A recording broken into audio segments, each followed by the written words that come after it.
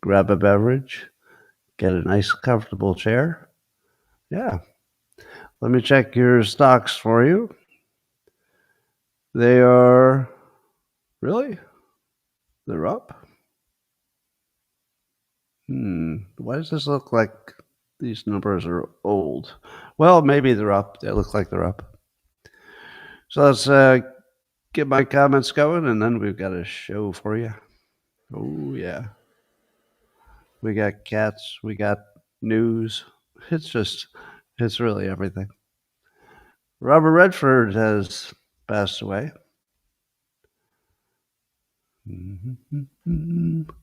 He was 1,000 years old.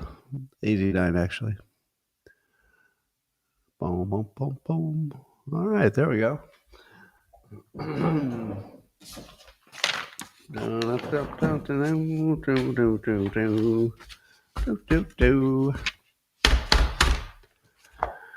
Good morning, everybody, and welcome to the highlight of human civilization. It's called Coffee with Scott Adams, and you've never had a better time. But if you'd like to take a chance of elevating your experience to levels that no one can even understand with their tiny, shiny human brains, all you need for that is a cup or mug or a glass, a tankard, Chelsea stein, a canteen, jug or flask, a vessel of any kind. Fill it with your favorite liquid. I like coffee. And join me now for the unparalleled pleasure, the dopamine hit of the day, the thing that makes everything better. Is called the simultaneous sip, and it happens now. Go.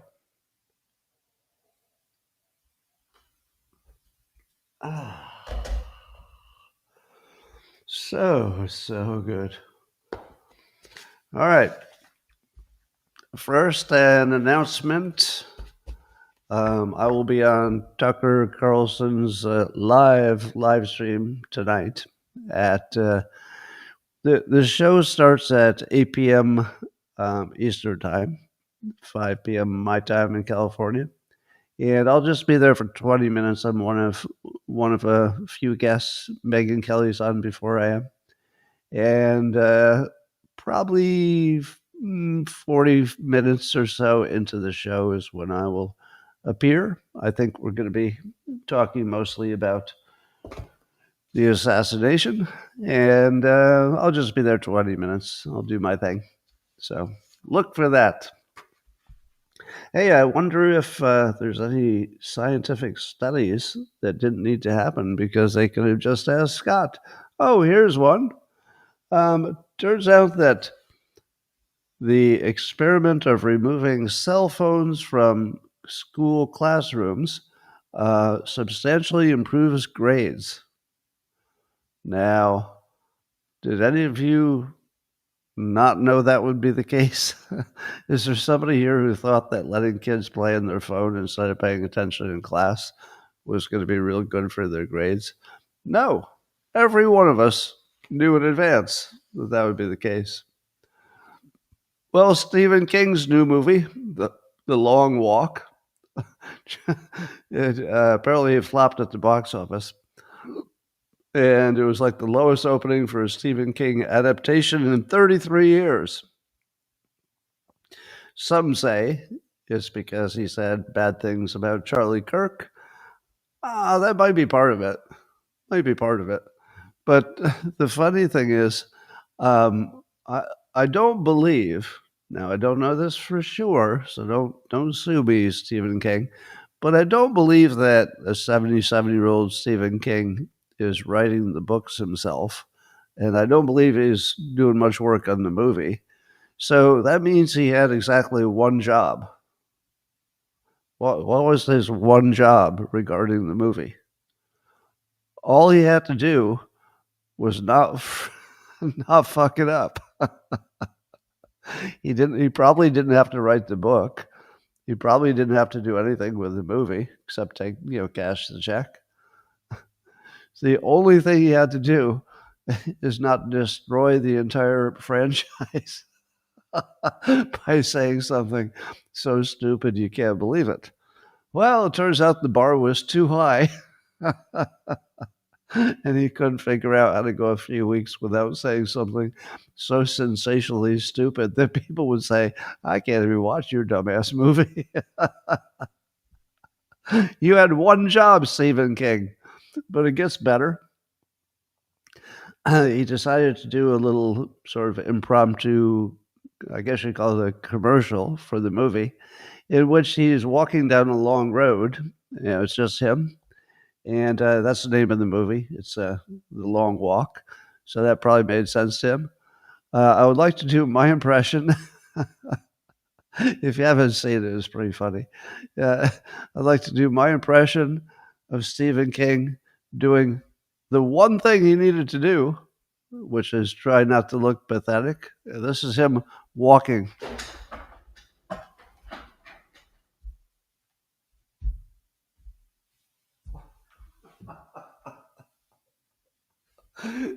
He couldn't even pull up the. He couldn't pull off the walking. Now I don't know why.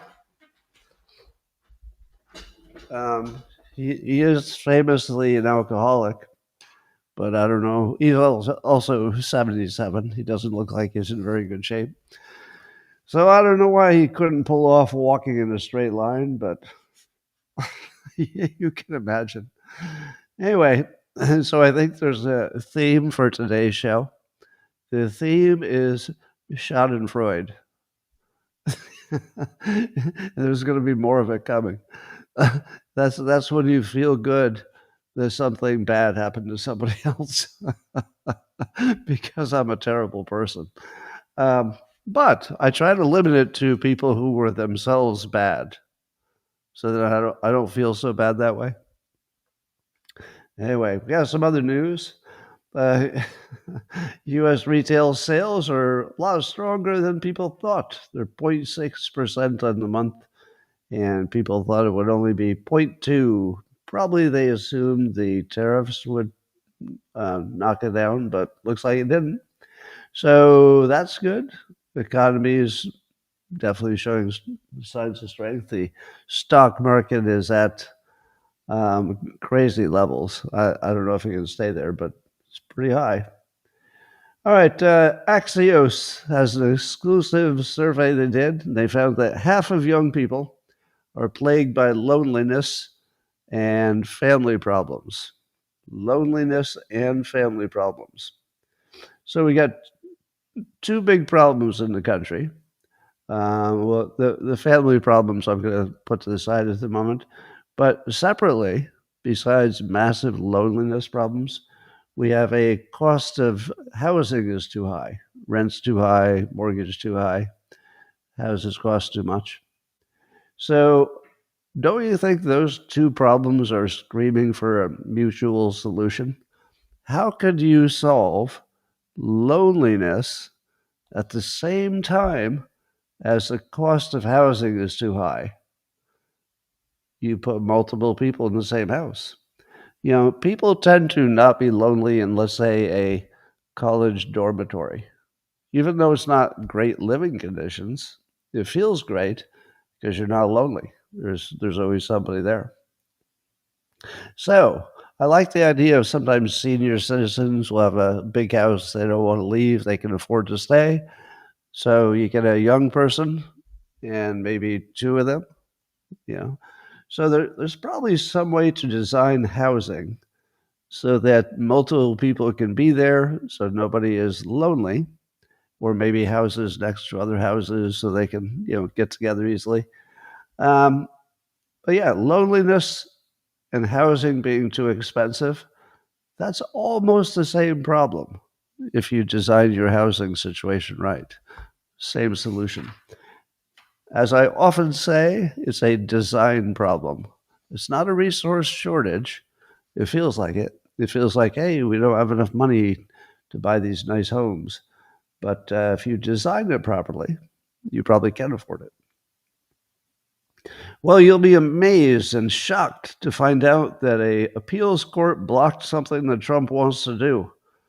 That would be the, 100th time in the last few months. In this case, is blocking the firing of Fed Governor Lisa Cook. She's the one accused of cheating on her mortgages by claiming that both of her houses are her primary residence.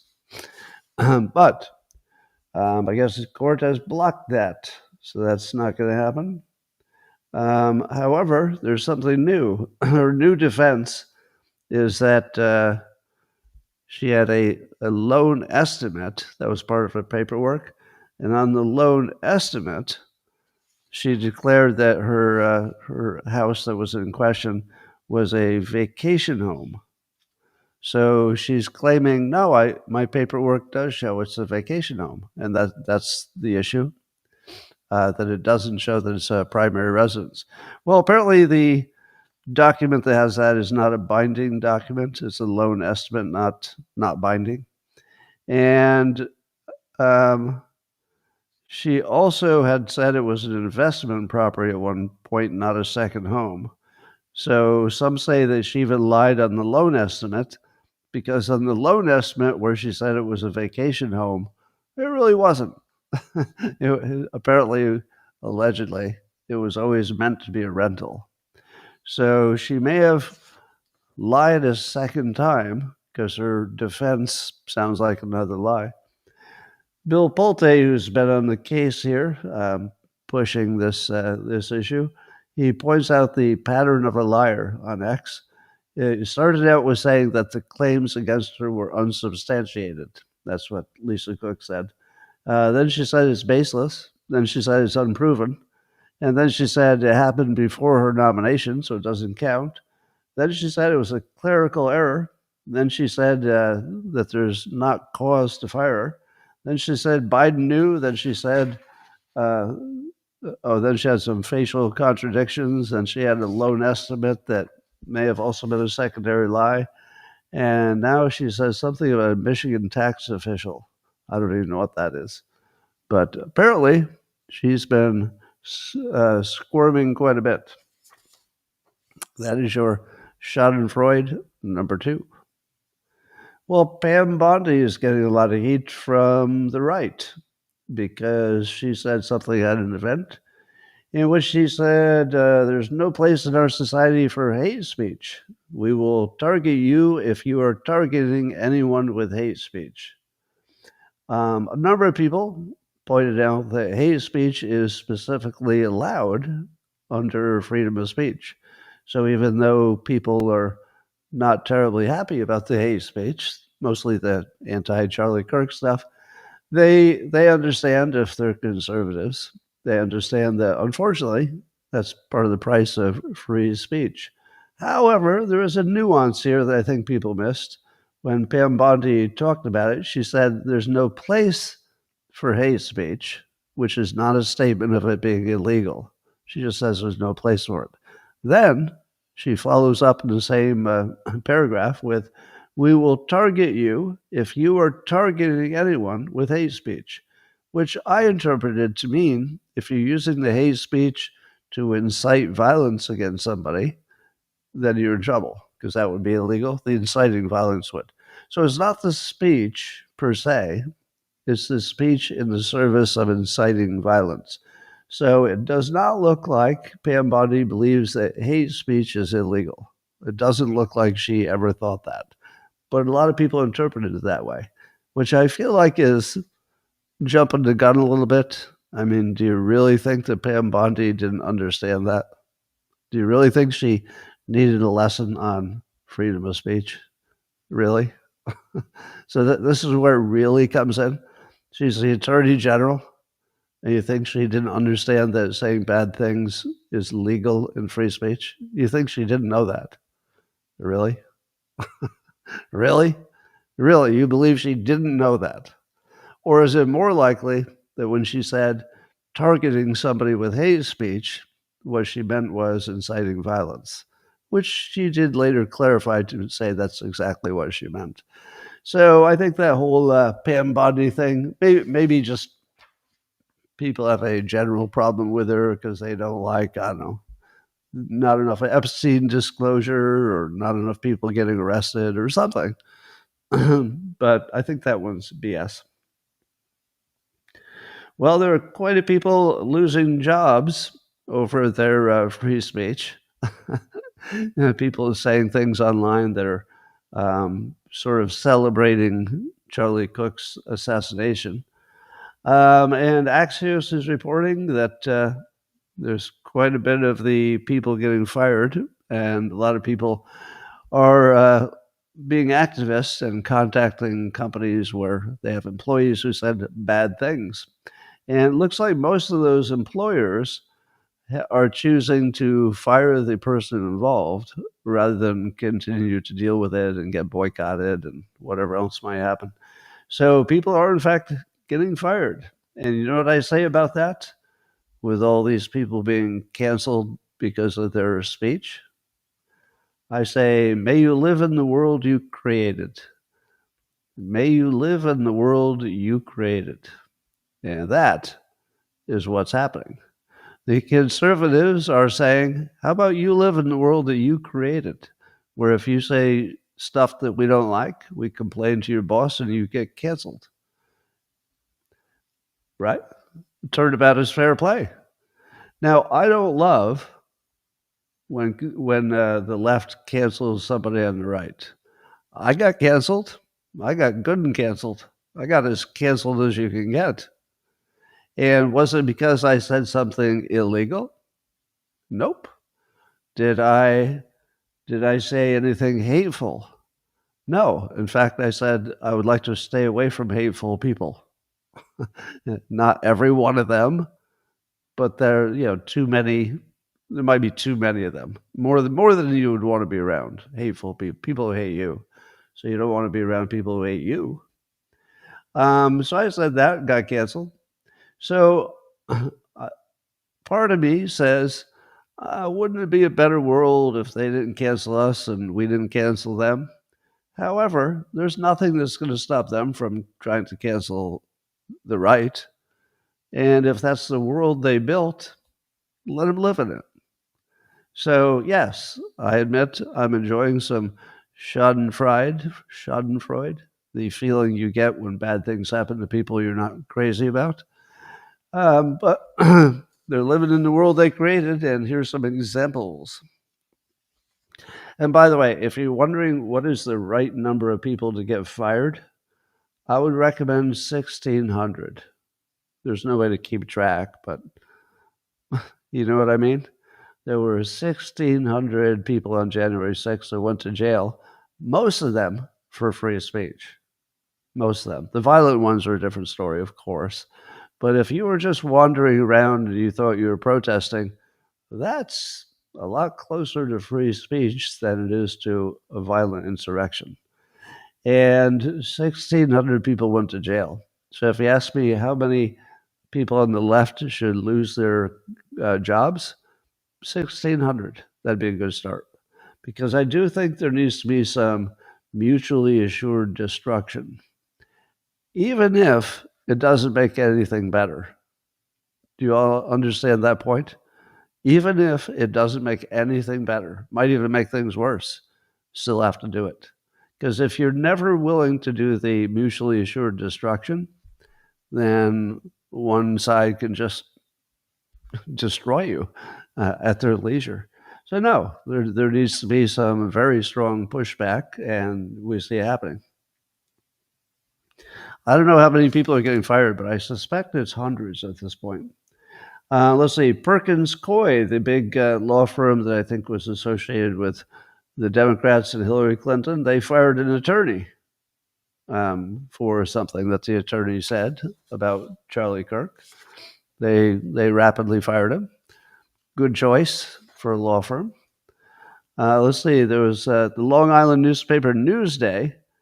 They had somebody who made a offensive cartoon, and they removed the syndicated editorial cartoon. So they removed the cartoon. Did they remove the person who made it? They apologized and removed the cartoon. Well, I don't know. Maybe that's enough. The Washington Post fired a columnist for saying bad stuff, Karen Attiah. She was accused of gross misconduct. The Washington Post. I didn't know anybody was left at the Washington Post. I thought everybody quit or got fired already, but apparently they still have employees. But one last. UCLA put their so-called race and equity director on leave because he made bad comments about Charlie Kirk. So that's UCLA. There's a Texas Tech student who was arrested for mocking Charlie Kirk at a Charlie Kirk vigil and said some bad things, running around causing trouble, and they slapped the cuffs on her and took her away. Another, I don't know. I hate to call this good news, but it's better than if it didn't happen, I guess. Charlie Kirk's podcasts, the ones that have been recorded up to this point, have gone to number one on the podcast list. No surprise. I don't know if that will be a continuing thing because he's not making new content, obviously. Or if it's just people checking in to see what he said lately and reacquainting themselves with his content. But it's better than not being the number one podcast. Meanwhile, a so-called popular streamer, there's a character online, I don't know if you've seen him, his name is Destiny. Now, Destiny appears to be in some kind of competition to become the worst personality in the entire world. Just the worst person. Oh my God. And I don't know, maybe that's part of what makes him so well known or famous, at least online, not to the rest of the world. But Destiny is his name. He said he refused to condemn the assassination of Charlie Kirk because, quote, you need conservatives to be afraid of getting killed. He said that on Piers Morgan. And then Elon Musk commented to Destiny's comment that maybe some conservatives need to be afraid of getting killed. And Elon Musk said, I don't think this jackass should be banned, but Amazon should stop paying him to incite murder. So I didn't realize there's some kind of Amazon podcast thing. I don't know. He says that's insane. Separately, incitement to murder and domestic terrorism is a felony crime. For that, he should go to prison. He can resume streaming when he has served his term. Do you think that was a crime? Do you think it's a crime to say you need conservatives to be afraid of getting killed when they go to events so that they look to their leadership to turn down the temperature? So on one hand, he's asking both sides to turn down the temperature. Well, he's asking the conservatives to turn down the temperature. Is asking to turn down the temperature the same as inciting violence? Well, he kind of did both, because he said that if they don't turn down the temperature, then maybe some of this fear that people are having should be maintained, the fear. So he's talked about fear and he's talked about turning down the temperature. He didn't directly say, wouldn't it be good if something bad happened to these people? He's right on the line. I doubt that would be actionable. I don't think he can be arrested for that, in my non-lawyer opinion. But if you're Elon Musk and you've had probably countless murder attempts or at least threats, it would feel a lot more like inciting violence. You know, if you're specifically the one who might get attacked by somebody who listened to this guy, Destiny, well, it would feel like inciting violence then. So I certainly understand Elon Musk's point of view. I don't know what the legal opinion would be there, but probably he just barely stayed in bounds, is my guess. Well, there's a big drama between Candace Owens and investor Bill Ackman over something that may or may not have happened with Charlie Kirk. So here's the situation. Candace Owens has made the claim that Charlie Kirk was threatened during some meeting that involved Bill Ackman and the Hamptons. And I guess it was a larger event, but Bill Ackman was there. And the claim is that Charlie Kirk was having some kind of change of heart about his opinions about Israel. And I assume that would be opinions about, the military stuff, I assume. And there's some thought that maybe Israel wasn't happy with his point of view. So they had this event, and then Candace has claimed that that Charlie was offered a ton of money, not sure by who, by who, Ackman or Israel, I don't know, and that they were trying to pressure him to not only agree with them on whatever they thought about Israel, but also to sort of avoid contact or inviting Tucker Carlson to things. Bill Ackman has confirmed that he hosted the meeting, but that none of that happened. He just says none of that. Nothing like that happened. And there are some other witnesses who were the people who worked with Charlie who were there for the entire time because he wasn't really alone without them the whole time. And they said, no, nothing like that happened. It's completely made up. Now, here's the weird thing. Do you believe that Candace would just make something up? Does that sound like her? Certainly, everybody could be wrong. Certainly, everybody could have a really strong suspicion about something, like the Macron stuff. She might be wrong about that, but that would be based on sort of a statistical, it's my assumption. It's not a lie. I don't believe she's lying about any of it. She just might be wrong. And on the other hand, Bill Ackman's not a liar, as far as I know. I mean, and there were witnesses, so if he did lie, it'd be the dumbest thing in the world, so I don't think he did. So how do you explain this situation where there really aren't liars involved, but they have completely different impressions of what happened? Well, I don't know. Probably since Candace wasn't there, she was hearing reports from somebody who may have exaggerated something and turned something innocent into something it wasn't. I don't know. But there are many suspicions, and we don't know. And as I said, I'll be on Tucker's show tonight, sometime after 8 p.m., probably 8:40 or so Eastern time, if you want to check me out. All right.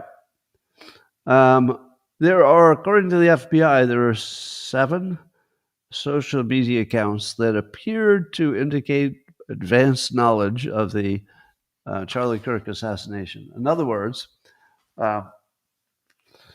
they joked about something like, well, wouldn't it be interesting if somebody took him out on that date? So it did seem like there were too many people who knew about the upcoming attempt. It did look like it. It didn't look like coincidence to me. And if you're ever planning to assassinate somebody, my advice is don't tell your trans friends, because it looks like the trans community might not be the best at keeping secrets. I'm just saying, they might not be the best secret keepers. So, anyway, so I don't know. We'll find out what that's about. CNN and, as you know, also MSNBC, there seems to be a push to blame Trump for not uniting the country enough, and that's what happened to Charlie Kirk. If Trump had taken down the temperature and united the country better, then we wouldn't have this problem. Okay, all right, that's what you think. His extreme rhetoric. Now, here's my question. Wouldn't you expect Trump's extreme rhetoric to influence conservatives to attack liberals? How in the world does his extreme rhetoric have only one directional cause, which is people attacking conservatives? That's not very good extreme rhetoric if the only thing it does is get you attacked. So, and how do you unite people if you're Trump? How do you unite people who are being absolutely brainwashed by their media? Is it really his fault? If the entire media is brainwashing people to say that he's some Hitler character, is it really his fault that he can't get past that? I don't know how you would get past it. All right, I'm going to give you the frame and the filter that I'm seeing this situation. The way I see it is through my lens as a trained hypnotist. Most of you know that because I say it too often. So I'm a trained hypnotist, literally. And so when I look at things, I see it through a persuasion slash, mental phenomena kind of a filter. Here's what I see.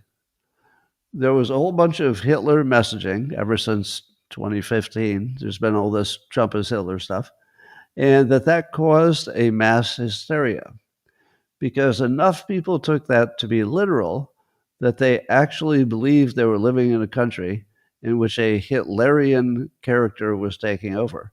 And what that did was it formed a bubble.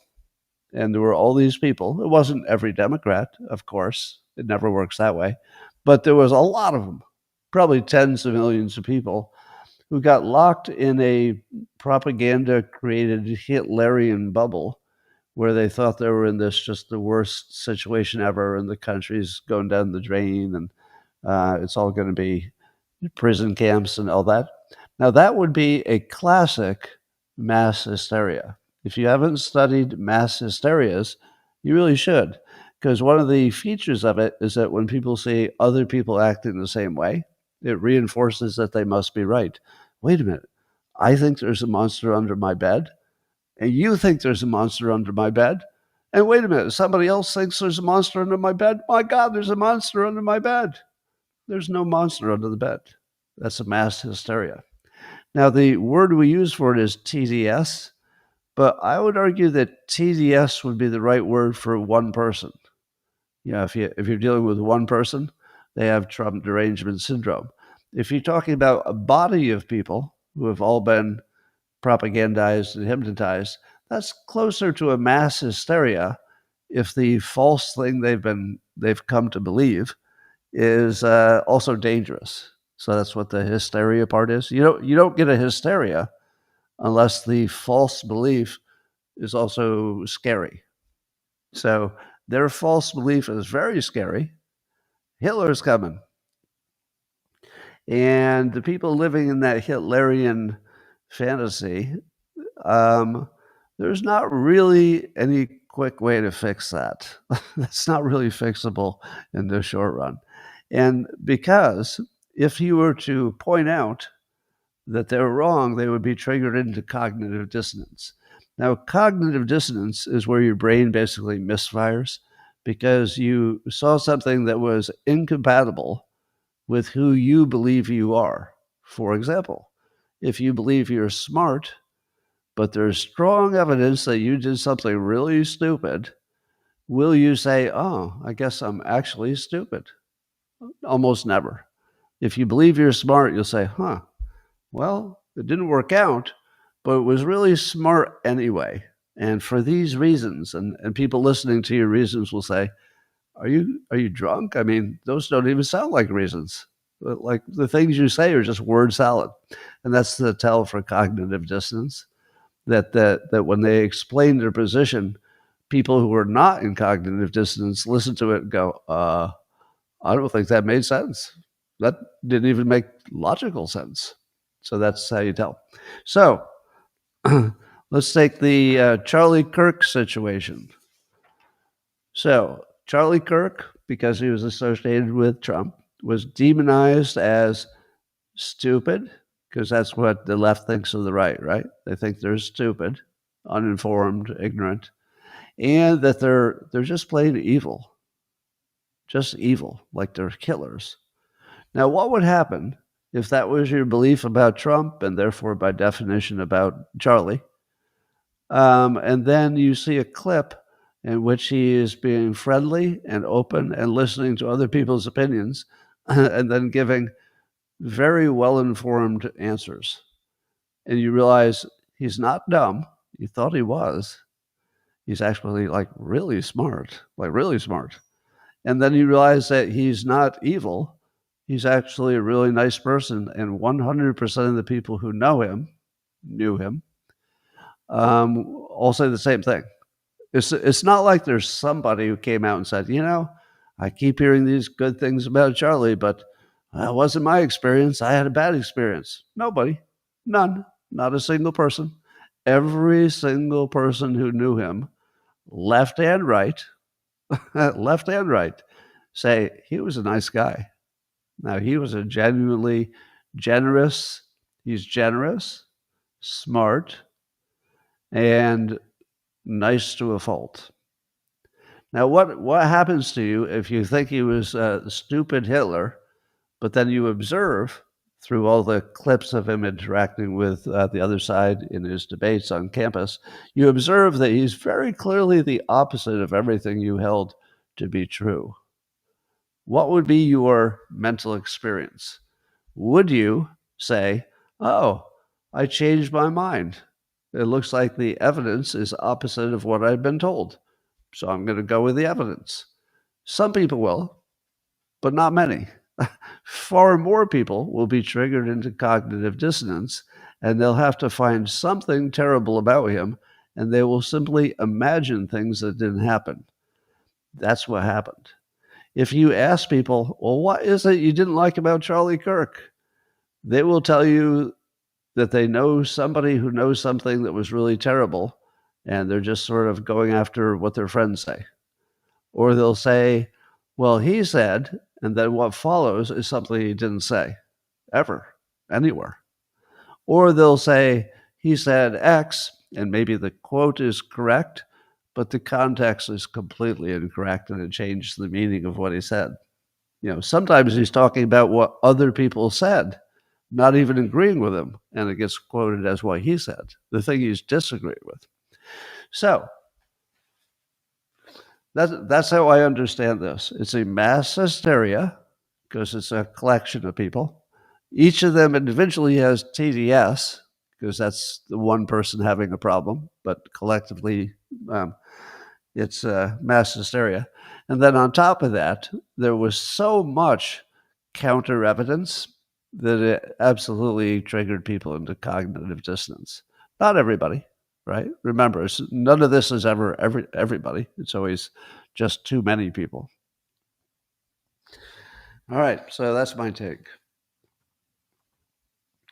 Melania Trump just lawyer whipped the Daily Beast. Apparently they'd said some things that she made them retract.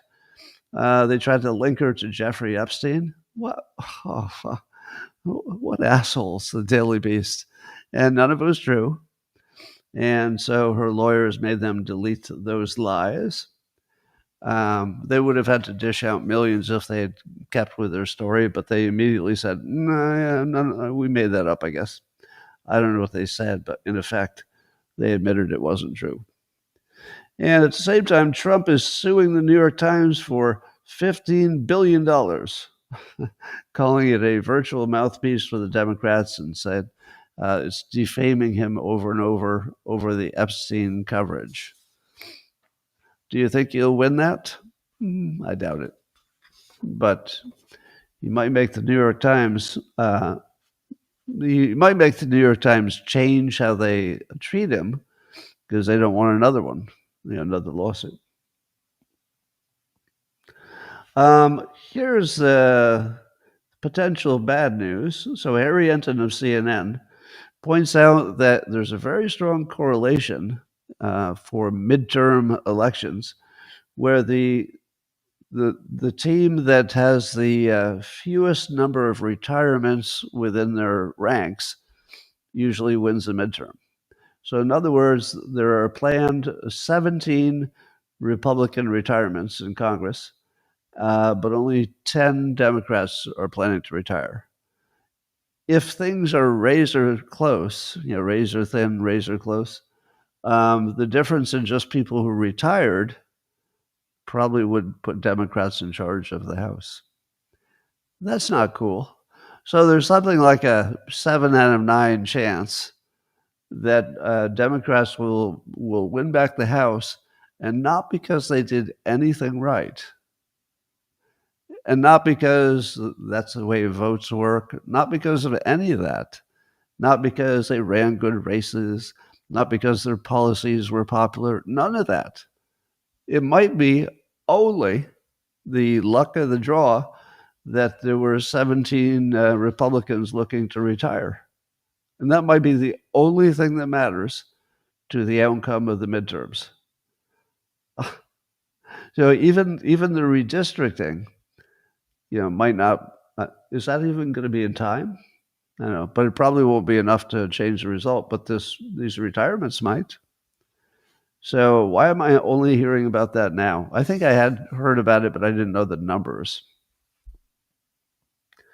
Well, Tim Urban is reporting on X that there was a Harvard survey that 32% of students say using violence to stop someone from speaking on campus is acceptable, at least in rare cases. Well, I'm glad they had the rare part. They're using violence to stop someone from speaking on campus is acceptable, 32%. Oh, but only in rare cases.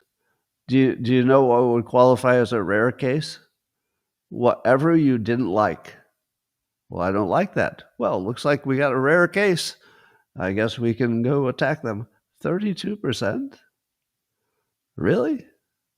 Do you know how unlikely it is that I would ever speak at a college ever again? No way. There's no way I would ever speak at a college. Oh, my God. This is just Harvard, of course. But do you think that this is so different from other colleges if you did the same survey? I don't know. I mean, I'd love to think it's a real outlier, and if you looked at any other college, they'd be like, "Oh no, violence is never called for." But Harvard, I don't know. What would you do if you knew a body of people, 32% of them, thought that maybe violence was appropriate because of something you could say? Well, that's right. You get the F away from them. Exactly. See, you're learning. I'm here to teach. A reporter asked Trump, was he planning to make Antifa a domestic terror organization? And he said, it's something I would do, yeah, if I have support from the people back here. I mean, his administration, specifically the Department of Justice, probably, and the FBI. Whoever was standing behind him, it was the right people. He said, I would do that 100%, and others also, by the way. But Antifa is terrible. Is Antifa a terror organization? I don't know. It would depend exactly what they're saying and what they've done so far, I guess. That would be sort of an edge case, but I'm in favor of trying. So Antifa has, by its nature, by its design, and by its very charter, is to destroy the United States. So why would we put up with that? If Antifa destroyed, let's say they succeeded in what we know they want to do, which is essentially destroy all civilization or some version of that, wouldn't that look like terrorism? Because people would be dying in the streets and cannibals would be running wild if the economy just got destroyed or the government got destroyed. So it's not terrorism like making a lot of things blow up, although I'll bet they've done that. I'll bet they've blown up some things. I just don't know my Antifa history. But they don't need to. If what they're going to do is dismantle the system, which we know would result in starvation and conquest and massive death, it feels a little bit terrorist to me, even if that's not what they intend to do. The effect of it would be that. Well, I guess the U.S. military blew up another Venezuelan drug boat we've got more exciting video if you like to watch people blowing up. I remind you that as much as I like the canceling of the people on the left, there are a lot of people who may have showed some joy over the bombing and death of, in this case, 3 male terrorists. I don't think any of us are beyond the temptation to act happy when somebody who's genuinely terrible meets a bad end. The problem with the Charlie Kirk stuff is that by no measure was he a terrible person. There's nobody who knew him who thought that. Nobody on the left, nobody on the right, nobody who knew him thought he was a terrible person. Only the people who were in the Hitlerian bubble who had been convinced that he said all the things that he did not say. All right. In other news, Israel launched their ground offensive to take over Gaza City.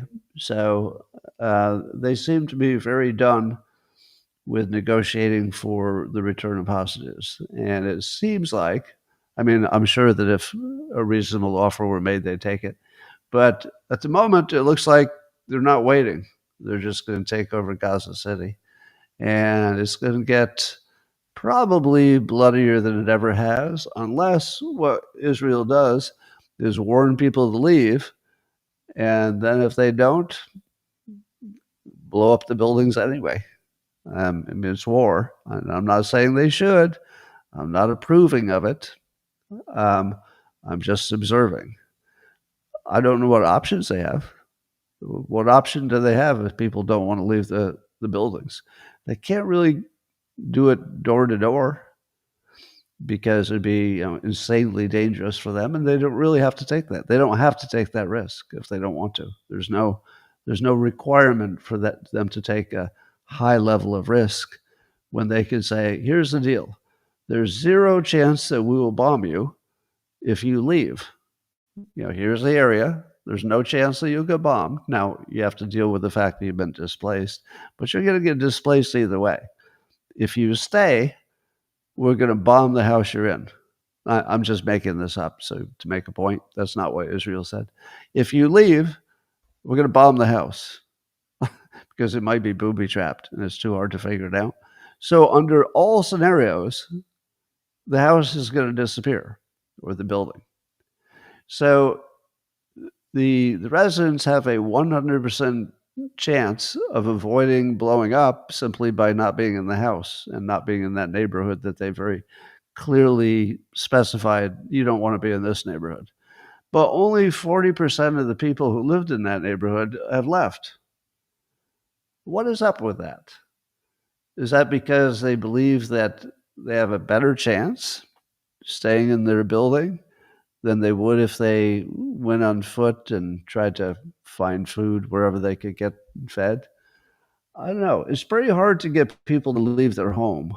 There are still people in the Ukraine front line who are like old guys who still live in the house. They just don't want to leave.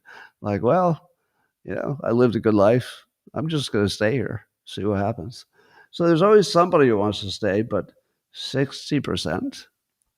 It doesn't sound like they understand that the play is to flatten everything. I don't think you wouldn't stay if you understood that, would you? I don't know. So over in Ukraine, overnight, I guess there was one of the biggest, or it's described as massive, attack from the sky, a relentless aerial terror, some say. And Zelensky is looking for more resources to fight him. But here's my question: what would a massive overnight aerial assault look like? It would be a lot of drones, right? There would be missiles, maybe other stuff, but a lot of drones. And here's what I'm wondering: what is the upside limit of how many drones each side is going to field before this is over? Is there a theoretical number of drones that one side could have that would end the war? If tomorrow Ukraine had 10 million drones, and they all work together and they attacked Russia, would 10 million drones be enough to change the fate of the war? And who could get to 10 million drones, just picking a number, faster? Ukraine or Russia? Because they both seem to be able to get a lot of drones. I mean, that's a lot of drones. So I don't know. But my guess is that the number of drones in each swarm attack will continue to increase, and it might continue to increase for a long time. So I wouldn't be surprised to see drone attacks with 100,000 drones. I feel like that's coming, not too long. Well, a bunch of Canadian supermarkets got busted for covering up the Made in America, Made in USA labels. Daily Mail is reporting. So Canada, they want their food, but they don't want to act like it came from the U.S. They're still mad at us. So they've been covering up. But the phenomenon of covering up the U.S. label with a Canadian label is called maple washing, which is a pretty good name. We maple washed it. There's, according to Newsmax, David Kaplan's writing that there's a watchdog, so-called watchdog, nonprofit watchdog, that's going after the Soros Foundation. So the chair of the National Legal and Policy Center, it's a nonprofit watchdog, sent a strongly worded letter to the Open Society, that's Soros' organization, asking them to cease and desist their funding of various organizations that the watchdog thinks are dangerous. And stop funding events that, quote, have been marked by persistent and dominant messaging that Trump and his supporters are Nazis, fascists, authoritarians, white supremacists, and worse. So the idea is if you know the gathering is going to say that kind of stuff, which seems like inciting violence to me, then he wants Soros to stop funding them. Well, as you know, the Trump administration plans to look into RICO of the Soros organization. So finally, after years of people like me complaining, why don't you go after the money and at least understand where it's going and how it's being used? And it looks like that might be happening. All right, you want a little bit extra Schadenfreude? Did you get a good dose yet? That creepy feeling of feeling good because somebody else is having a bad time. Ideally, somebody that's evil. That would be better. Well, here's another one. You ready? This is my favorite one of the day. Zoran Mamdani. He's running for mayor of New York, and he's the communist/socialist. And he was endorsed by the governor of New York, Kathy Hochul. So that's a pretty good endorsement, right? You got the governor in the state that you're the biggest state. That is one heck of a good endorsement. So what do you think? Did Zoran Mamdani return the favor and endorse Kathy Hochul? Nope. So Kathy Hochul goes out on a limb, which is probably expensive in terms of her credibility, endorses this guy, Zoran, and he does not endorse her back. Ouch. All right, admit it. How much do you love that? You love it. You love it a little bit. That was my best laugh of the day. So here's what I think about how Republicans and Democrats see each other.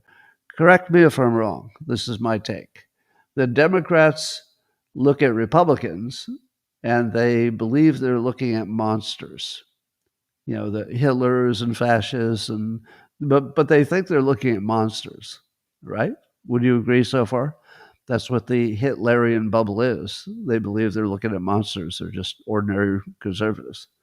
But Republicans, when Republicans look at Democrats, correct me if I'm wrong, we look at them like clowns and we look for what's funny about it.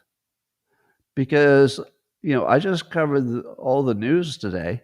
And did you notice how many of the things were funny about Democrats? Do I think that Stephen King is a Hitler monster? No, no, but he's a clown. Do I think that Zoran is a monster? Well, no, I think his policies would be unproductive. But when I see him not endorse the governor that endorsed him, it feels like a clown show, doesn't it? And it's pretty funny. Well, I don't hate the governor. I don't hate the governor. I don't want anything bad to happen to her. I don't want anything bad to happen to Zoran Mamdani. I just like the clown show. All right.